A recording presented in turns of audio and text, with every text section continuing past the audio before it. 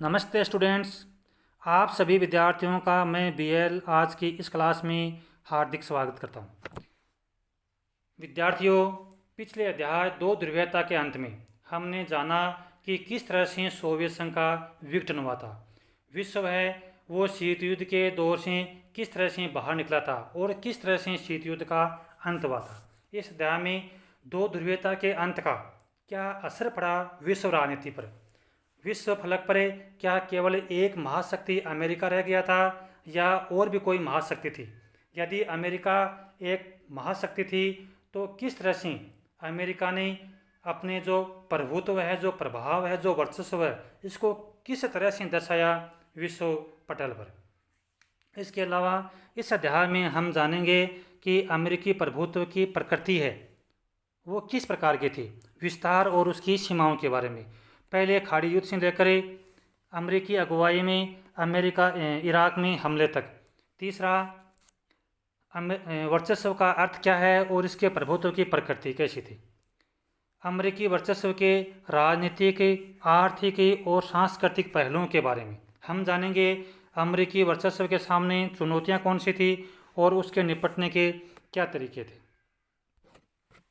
इस अध्याय को शुरू करने से पहले बच्चों, हमें इस अध्याय की शुरुआत में जो 3 कहानियाँ दी हुई है, इन कहानियों के ऊपर थोड़ी सी चर्चा करेंगे। पहली कहानी है आयशा की। आयशा जो बगदाद में रहती है, वह पढ़ाई में बहुत होशियार है और उसका सपना है आगे चल कर के डॉक्टर बनना। लेकिन इराक पर अमेरिकी हमले के दौरान एक दिन आयशा अपने दोस्तों के साथ कहीं छिपी हुई थी। अचानक अमेरिका की एक मिसाइल इसके ऊपर से गुजरी और इस घटना के अंतर्गत आयशा की एक टांग जाती रही। धीरे धीरे आयशा ने हालांकि चलना सीख लिया, लेकिन आज भी उसकी यह इच्छा है कि मतलब डॉक्टर बनने की, उसकी डॉक्टर बनने की जो इच्छा है आज भी उतनी ही प्रबल है, उतनी ही सजग है, उतनी जीवित है जो उसकी पहले थी। लेकिन वो यह देख रही है कि कब यहाँ से जो अमेरिकी सेना है, जो विदेशी सेना, वो यहाँ से जाए और वो अपने सपने को पूरा करे। दूसरी घटना है जाबू की। जाबू जो दक्षिण अफ्रीका के डरबन में रहता है, वो चित्रकारी में कलाकार है और वो आगे चल कर के चित्रकारी में अपना कैरियर बनाना चाहता है। लेकिन उसके पिता चाहते हैं कि वो MBA करे और उसका जो प्रशासन है उसके अंतर्गत वो हाथ बटाए।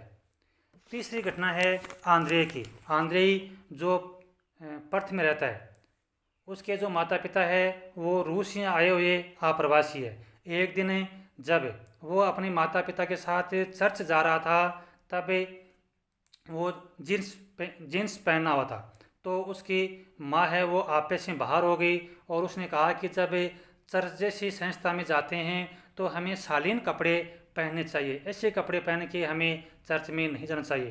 तब उसके पिता ने बात को भांपते हुए कहा कि जब मैं भी विद्यार्थी था तो मैं भी ऐसी पोशाक पहनता था। तो बच्चों, ये जो 3 कहानियाँ हमने पढ़ी हैं, ये 3 कहानियाँ कहीं न कहीं अमेरिकी वर्चस्व को प्रदर्शित करती है। तो हम शुरू करते हैं आज का अध्याय। सबसे पहले है नई विश्व व्यवस्था की शुरुआत है, यानी अमेरिकी वर्चस्व 1991। अगस्त 1990 में इराक द्वारा कुवैत पर हमला, यानी अगस्त 1990 के अंतर्गत इराक ने अपने पड़ोसी देश कुवैत पर अधिकार कर लिया, कब्जा कर लिया और उसको अपने देश का 22वां प्रांत घोषित कर दिया। जब ऐसी घटना हुई तो इराक को समझाने बुझाने की तमाम कोशिशें की गई, लेकिन सारी कोशिशें नाकाम रही। तो यूएनओ ने कुवैत को इराक से मुक्त कराने के लिए बल प्रयोग की अनुमति दी। यानी ये यूएनओ का एक नाटकीय फैसला था। नाटकीय फैसला कैसे था बच्चों? क्योंकि 1945 से 1991 तक विश्व के अंतर्गत शीत युद्ध के दौरान न जाने कितनी घटनाएं ऐसी घटी, लेकिन उन घटनाओं के अंतर्गत यूएनओ ने बिल्कुल चुप्पी साध रखी थी, कहीं कुछ नहीं बोला। और इस घटनाक्रम के अंतर्गत यूएनओ ने बल प्रयोग की अनुमति दी थी, इसलिए इसको यूएनओ का नाटकीय फैसला कहा जाता है। इस हमले के दौरान अमेरिका के द्वारा जो कार्रवाई की गई उसको अमेरिकी राष्ट्रपति जॉर्ज बुश ने इसे नई विश्व व्यवस्था की संज्ञा दी। तो विद्यार्थियों, ये जो घटना है अमेरिका द्वारा इराक पर हमला, ये जो घटना है इसको प्रथम खाड़ी युद्ध भी कहा जाता है। तो इस युद्ध में अमेरिका का जो वर्चस्व किस प्रकार से था, 34 देशों की एक मिलीजुली सेना बनाई गई थी। यानी जब यूएनओ ने इराक पर हमले करने की अनुमति दी तो 34 देशों की एक मिलीजुली सेना और उसमें से लगभग 6,60,000 सैनिकों की एक बड़ी फौज थी और उस सेना ने इराक के विरुद्ध मोर्चा खोला था। इस सेना का जो नेतृत्व किया था वो किया था अमेरिकी जनरल, किसने? श्वार्ज़कोव ने। अमेरिकी जनरल श्वार्ज़कोव ने इस जो हमला किया था उस सैन्य हमला का इस अमेरिकी जनरल श्वार्ज़कोव ने इसका नेतृत्व किया था। और ये जो सेना बनी थी 6,60,000 सैनिकों की, इसमें 75% जो सैनिक थे वो केवल अकेले अमेरिका के थे। तो इस युद्ध के माध्यम से अमेरिका ने पहली बार अपने जो वर्चस्व है उसको मतलब दुनिया के सामने प्रदर्शित किया था। तो इसी को अमेरिका के राष्ट्रपति जॉर्ज बुश ने नई विश्व व्यवस्था की शुरुआत की थी। आगे हम पढ़ते हैं प्रथम खाड़ी युद्ध। प्रथम खाड़ी युद्ध के बाद में इसी घटना को ऑपरेशन डेजर्ट स्टॉर्म भी कहा जाता है। यानी अमेरिका के द्वारा इराक पर जो इराक से कुवैत को मुक्त कराने के लिए जो अभियान चलाया गया था उसको ऑपरेशन डेजर्ट स्टॉर्म भी कहा जाता है। तो ये जो अभियान चला था इसका परिणाम क्या हुआ? यानी अमेरिका द्वारा इराक के ऊपर जो आक्रमण किया गया, जो ये पूरा जो घटनाक्रम हुआ, हालांकि अमेरिका इसके अंतर्गत सफल हुआ, अमेरिका की जीत हुई, लेकिन ये जो युद्ध हुआ इस युद्ध का परिणाम क्या हुआ? तो इस युद्ध में इराक परास्त हुआ और इराक को अमेरिका से पीछे हटना पड़ा। दूसरा परिणाम यह हुआ अमेरिकी सैन्य क्षमता में बहुत आगे है, वह मजबूत है। यानी पहली बार विश्व में यह प्रदर्शित हुआ कि अमेरिका की सेना है वो मतलब कितने अनूठी और कितने पावरफुल है और वो मतलब किस हद तक आगे जा सकती है, उसकी सैन्य शक्ति वो कितनी मजबूत है, ये पहली बार प्रदर्शित हुआ इस घटनाक्रम के माध्यम से। तीसरा है प्रौद्योगिकी के धरातल पर बहुत आगे, यानी टेक्नोलॉजी के धरातल पर अमेरिका है वो बहुत आगे निकल चुका है। इस युद्ध के अंतर्गत अमेरिका ने स्मार्ट बमों का प्रयोग किया गया। तो मतलब जो आधुनिक जो बम थे उनका प्रयोग इस युद्ध के अंतर्गत किया गया, जिसके कारण से यह प्रदर्शित हुआ कि अमेरिका है वो प्रौद्योगिकी यानी टेक्नोलॉजी के मामले में बहुत आगे निकल चुका है। चौथा परिणाम है कि ये जो युद्ध हुआ था इसका व्यापक टेलीविज़न के ऊपर प्रचार प्रसार हुआ था। पूरी जनता है, पूरा विश्व है वो देख रहा था कि किस तरह से जो इराकी सेना है वो अमेरिका की सेना के सामने धराशायी हो रही है। तो ये जो युद्ध है इसको अनेक पर्यवेक्षकों ने कंप्यूटर युद्ध की संज्ञा भी दी थी। तो बच्चों, ये जो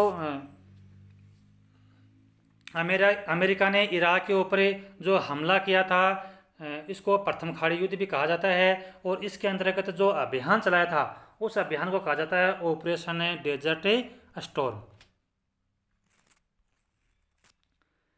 आगे हम पढ़ते हैं क्लिंटन का दौर।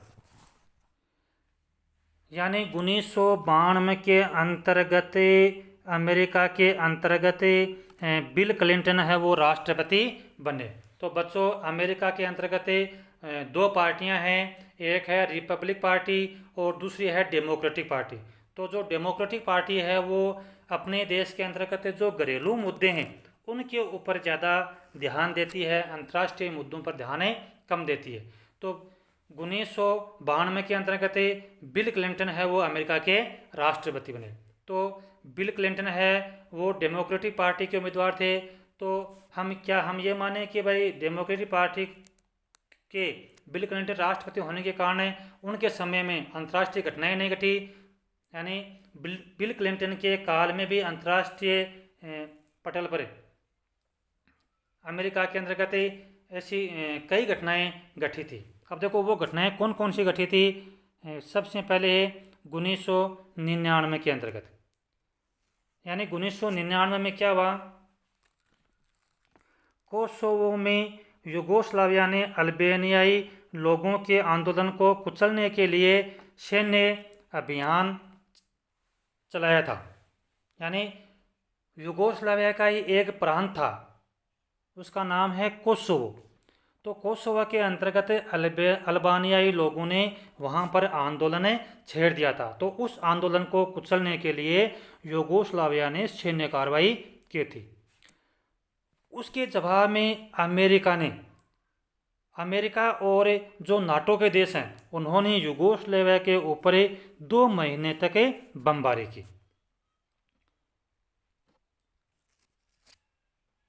उसके कारण स्लोबोदान मिलोसेविच जो वहाँ का शासक था उसकी सरकार गिर गई और कोसोवो पर नाटो की सेना वो काबिज हो गई। तो कहने का मतलब देखो इसमें यहाँ पर भी अमेरिकी वर्चस्व वो प्रदर्शित हो रहा है। कैसे प्रदर्शित हो रहा है, क्योंकि आंदोलन कहाँ था, यूगोस्लाविया में, और यूगोस्लाविया है वो अपने देश के अंतर्गत आंदोलन को कुचलने का प्रयास कर रहा था और अमेरिका और नाटो की सेना ने वहाँ पर मतलब कोसोवो के ऊपर, यूगोस्लाविया के ऊपर लगभग 2 महीने तक बमबारी की और वहाँ की सरकार गिर गई और कोसोवो पर नाटो का अधिकार हो गया।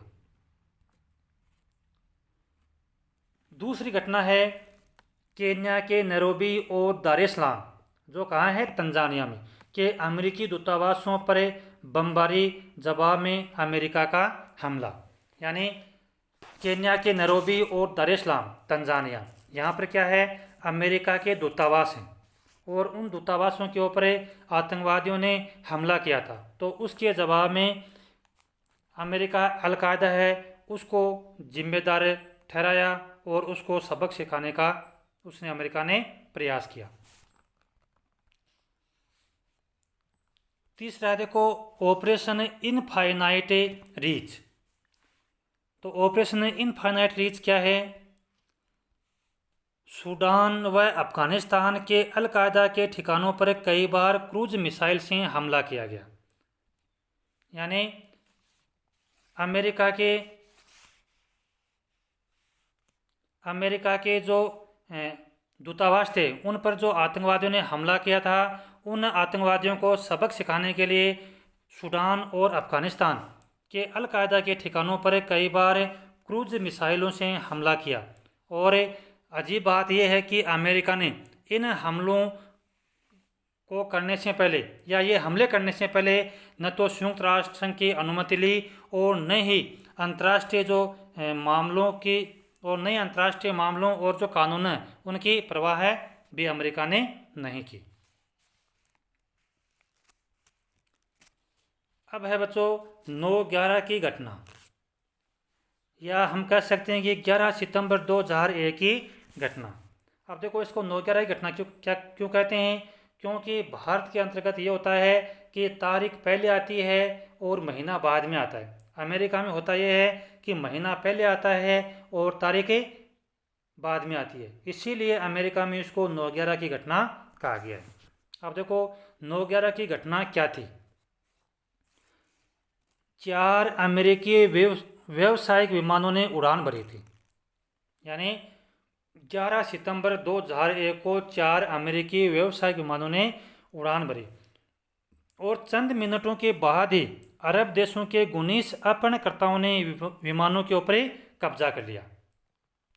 यानी उसको अपने अधिकारों में ले लिया अपहरणकर्ताओं ने, और 4 विमानों जो कि एक विमान तो न्यूयॉर्क स्थित वर्ल्ड ट्रेड सेंटर के उत्तरी टावर से टकराए। यानी जो 4 विमान थे और जिन 4 विमानों के ऊपर अरब देशों के अपहरणकर्ताओं ने अधिकार कर लिया था, उसको अपने कब्जे में ले लिया था, उनमें से एक विमान है वो न्यूयॉर्क स्थित वर्ल्ड ट्रेड सेंटर के उत्तरी टावर से टकराया।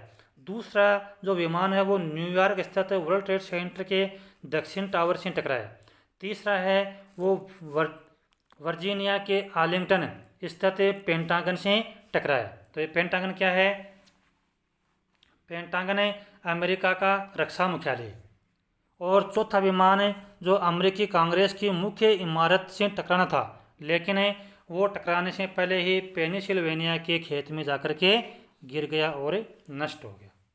तो ये था 4 विमानों के द्वारा अमेरिका की धरती पर पहली बार किया गया इतना बड़ा हमला। यानी कहने मतलब कि इस हमले के अंतर्गत लगभग 3000 व्यक्ति मारे गए और ये जो हमला हुआ था ये अमेरिकी ज़मीन पर अब तक का सबसे बड़ा हमला था। यानी इतना बड़ा हमला वो अमेरिका की ज़मीन पर पहले कभी नहीं हुआ था। यानी जापान के द्वारा अमेरिका के जो पर्ल हार्बर बंदरगाह पर जो हमला किया गया था उस घटना से भी ये बड़ी घटना थी। तो अमेरिका ने जब आतंकवादियों के द्वारा ऐसी घटना को अंजाम दिया गया तो अमेरिका ने आतंकवाद के विरुद्ध विश्वव्यापी युद्ध छेड़ दिया। यानी अमेरिका ने अब ठान लिया कि विश्व के अंतर्गत जहाँ कहीं भी जिन आतंकवादियों ने इस घटना को अंजाम दिया है उन आतंकवादियों को अमेरिका कभी बख्शेगा नहीं, कभी उसको छोड़ेगा नहीं। तो अमेरिका ने उन आतंकवादियों को सबक सिखाने के लिए एक अभियान चलाया और उस अभियान का नाम था ऑपरेशन एंड्यूरिंग फ्रीडम। यानी बच्चों, विद्यार्थियों, कई बार परीक्षा में पूछा जाता है कि ऑपरेशन एंड्यूरिंग फ्रीडम अभियान क्या था। तो अमेरिका ने आतंकवाद के विरुद्ध जो विश्वव्यापी युद्ध हेतु जो अभियान चलाया था उसको कहते हैं ऑपरेशन एंड्यूरिंग फ्रीडम अभियान। तो ये जो अभियान चलाया था आतंकवाद के विरुद्ध विश्वव्यापी युद्ध, जिसको ऑपरेशन एंड्यूरिंग फ्रीडम अभियान कहा जाता है, इसका मतलब मुख्य निशाना किसको बनाया गया? तो मुख्य निशाना बनाया गया था अल-कायदा व अफगानिस्तान का जो तालिबान आतंकवादी संगठन है उसको। इसके लिए अमेरिका ने क्या किया? अमेरिकी सेना ने पूरे विश्व के अंतर्गत गिरफ्तारियां की। यानी केवल अल-कायदा और तालिबान जो आतंकवादी संगठन था केवल उनको ही नहीं, इसके अलावा अमेरिका को जहाँ कहीं भी किसी पर शक हुआ या संदेह हुआ, ऐसा लगा कि उसका हाथ हो सकता है, तो पूरे विश्व के अंतर्गत ऐसे सभी की अमेरिका ने गिरफ्तारियां की। और जो गिरफ्तार किए गए लोग थे उनके बारे में उनकी सरकार तक को जानकारी नहीं दी। यानी कि उन लोगों का हाथ है या नहीं है, न किसी प्रकार की कोई जो अंतर्राष्ट्रीय संगठन है उनको जानकारी दी गई और न ही जो उनकी जो सरकार है उनको इस बात की जानकारी दी गई। जो गिरफ्तार लोग थे उनको अलग अलग देशों में भेजा गया और उनको खुफिया जेल खानों के अंतर्गत डाल दिया गया। खुफिया जेल खानों का मतलब ये है कि यानी ऐसी जगह है उनको ले जा करके रख दिया गया कि यह पता भी नहीं है कि वो उन लोगों को ले जा करके अमेरिका ने कहाँ रखा है। अब देखो, इसमें एक महत्वपूर्ण शब्द आता है ग्वांतानामो बे। ये क्या है ग्वांतानामो बे? ये है देखो क्यूबा के निकट अमेरिकी नौसेना का ठिकाना है। इस ठिकाने पर अमेरिका ने इस अभियान के अंतर्गत जिन जिन आतंकवादियों को गिरफ्तार किया गया था उनको बंदी बना करके इस स्थान पर रखा था। किस स्थान पर? ग्वांतानामो बे। तो हमने जाना ऑपरेशन एंड्यूरिंग फ्रीडम अभियान के बारे में। तो बच्चों, हमने जाना कि ऑपरेशन एंड्यूरिंग फ्रीडम अभियान क्या था कि जो 9/11 की जो घटना हुई थी उसके पश्चात अमेरिका ने आतंकवाद के विरुद्ध जो विश्वव्यापी युद्ध छेड़ा था उसको कहा जाता है ऑपरेशन एंड्यूरिंग फ्रीडम। तो इस युद्ध के अमेरिका के अंतर्गत जो आतंकवादी हमला किया गया था उसका अमेरिका ने मुख्य निशाना बनाया अल-कायदा और अफ़गानिस्तान का जो तालिबान शासक है उसको। इसके अलावा अमेरिका ने इनके अलावा भी जिन जिन लोगों पे अमेरिका को शक था उनकी गिरफ्तारियां की, और ऐसी गिरफ्तारियां करते समय न ही उनको सरकार की को जानकारी दी गई और न ही किसी अंतर्राष्ट्रीय संगठन को इस बात की जानकारी दी। उनको गुवांतानामो बे नामक स्थान के ऊपर एक जो खुफिया जो ठिकाना है, जो नौसेना का ठिकाना है, वहाँ पर इन बंदियों को रखा गया था। तो बच्चों ये था ऑपरेशन एंड्यूरिंग फ्रीडम अभियान। आगे आता है इराक पर आक्रमण। तो देखो इराक पर 2 बार हमले हुए थे। पहला हमला हुआ था अगस्त 1990 के अंतर्गत, जब इराक ने कुवैत के ऊपर हमला करके उसके ऊपर अपना कब्जा कर लिया था। तब अमेरिका ने इराक से कुवैत को मुक्त कराने के लिए इराक के ऊपर हमला किया गया था और इराक को इस युद्ध में अमेरिका ने परास्त भी कर दिया था। अब आता है इराक पर आक्रमण, यानी अमेरिका ने 2003 के अंतर्गत इराक पर जो हमला किया था उसको ऑपरेशन इराकी फ्रीडम अभियान नाम दिया था उसने। यानी इराक के ऊपर जो अमेरिका के द्वारा जो हमला किया गया था उसको ऑपरेशन इराकी फ्रीडम के नाम से दिया गया। ये हमला कब हुआ था? ये हमला हुआ था 2003 के अंतर्गत। तो इराक पर जो अमेरिका के द्वारा जो हमला किया गया था, ये हमला करने से पहले अमेरिका ने यूएनओ की परमिशन भी नहीं ली थी। हमले का कारण क्या बताया अमेरिका ने? हमले का कारण यह बताया कि इराक है वो सामूहिक संहार के हथियार बना रहा है। तो ये आरोप लगा करके अमेरिका ने इराक के ऊपर हमला किया। अजीब बात यह है कि इराक के अंतर्गत ऐसे हथियारों के निर्माण के कोई प्रमाण नहीं मिले थे। अब देखो, हालांकि अमेरिका ने यह बहाना बनाया था कि सामूहिक संहार के हथियार बना रहा है इराक और इसलिए अमेरिका को इराक के ऊपर हमला करना पड़ रहा है, लेकिन वास्तविक कारण कुछ और ही था। अमेरिका का इराक के ऊपर वास्तविक रूप से हमले करने का कारण यह था कि इराक के जो तेल भंडार है उनके ऊपर नियंत्रण करना और इराक के अंतर्गत अपनी मनपसंद सरकार को बैठाना, ताकि वहाँ पर सरकार ऐसी हो जैसा अमेरिका कहे वो सरकार वैसा ही करे। तो ये था मतलब अमेरिका का इराक के ऊपर हमला करने का मुख्य कारण। तो देखो, पहली तो बात इसमें यह है कि भाई अमेरिका ने इराक के ऊपर हमला क्यों किया गया। तो यदि हम वैसे कारण देखें तो अमेरिका ने इराक के ऊपर हमले करने का कारण बताया कि इराक है वो सामूहिक संहार के हथियार बनाने का आरोप लगा करके उसके ऊपर हमला किया था, लेकिन बाद में इराक में ऐसे हथियारों का कोई प्रमाण भी नहीं मिला। तो हम जान सकते हैं कि इराक के ऊपर अमेरिका के हमले का जो वास्तविक कारण था वो यह था कि इराक के जो तेल भंडार है उनके ऊपर नियंत्रण करना और इराक में अपने मनपसंद सरकार को बैठाना।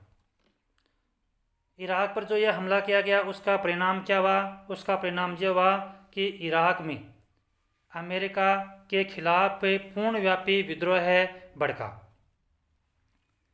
तो देखो बच्चों, हमने जो शुरू में जो कहानी पढ़ी थी किसकी? आयशा की। आयशा जो एक होशियार लड़की थी और वो आगे चल करके एक डॉक्टर बनना चाहती थी। तो अब देखो, इस घटना के माध्यम से वहाँ की जो जनता है वो यह देख रही थी कि कब यहाँ से जो विदेशी सेना है वो जाए और वो वहाँ मतलब यहाँ पर अपना जो दैनिक क्रियाएं हैं उनको वो किस प्रकार से कब वो शुरू कर सके, इस को जो इराक की जनता है वो देख रही थी।